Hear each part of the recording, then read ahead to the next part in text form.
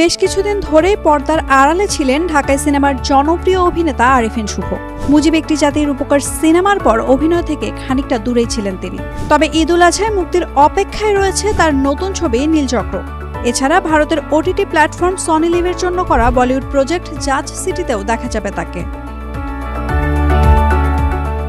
অভিনেতার সবচেয়ে বেশি আলোচনায় ছিলেন বঙ্গবন্ধু শেখ মুজিবুর রহমানের জীবনীভিত্তিক সিনেমা মুজিব একটি জাতির রূপকারে অভিনয়ের পর শুধু একটাকে পারিশ্রমিক নেওয়া নয়, বরং তার নামে রাজুকের প্লট বরাদ্দ, এমনকি এমপি হওয়ারও গুঞ্জন উঠে আসে।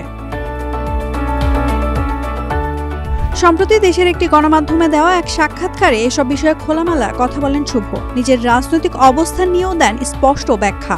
বলেন তিনি শুধুমাত্র একজন অভিনেতা, কোনো রাজনৈতিক মতাদর্শ থেকে নয়, বরং চরিত্রের প্রয়োজনেই কাজ করেন। শুভ বলেন, নির্বাচনে যেতে হলে মনোনয়নপত্র কিনতে হতো। আমি কি সেটা করেছি? আমি একজন অভিনেতা, রাজনীতিবিদ নই। আগামীতে যদি আপনাকে শহীদ রাষ্ট্রপতি জিয়াউর রহমানের বায়োপিকে অভিনয় করতে বলা হয়, করবেন? এমন প্রশ্নের উত্তরে শুভ বলেন, বেন কিংসলে গান্ধী হয়েছেন, ইদ্রিস এলবা ম্যান্ডেলা, আমি কেন নয়? আমি চরিত্রে অভিনয় করি, কোনো গোষ্ঠীর প্রতিনিধিত্ব নয়। আমাকে যে কোনো চরিত্রে পরিচালক যোগ্য মনে করলে আমি বরাবরই প্রস্তুত।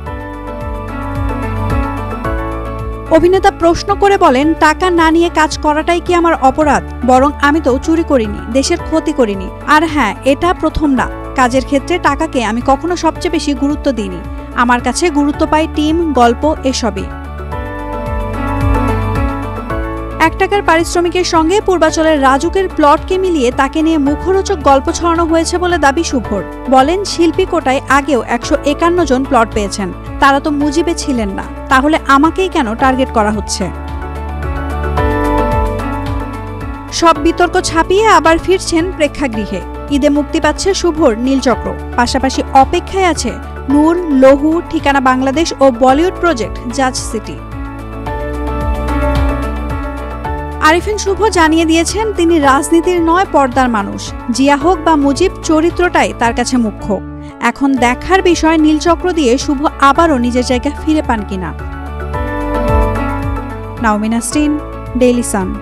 For more updates, follow us on Facebook. Subscribe our YouTube channel. Get the latest update on www.daily-sun.com.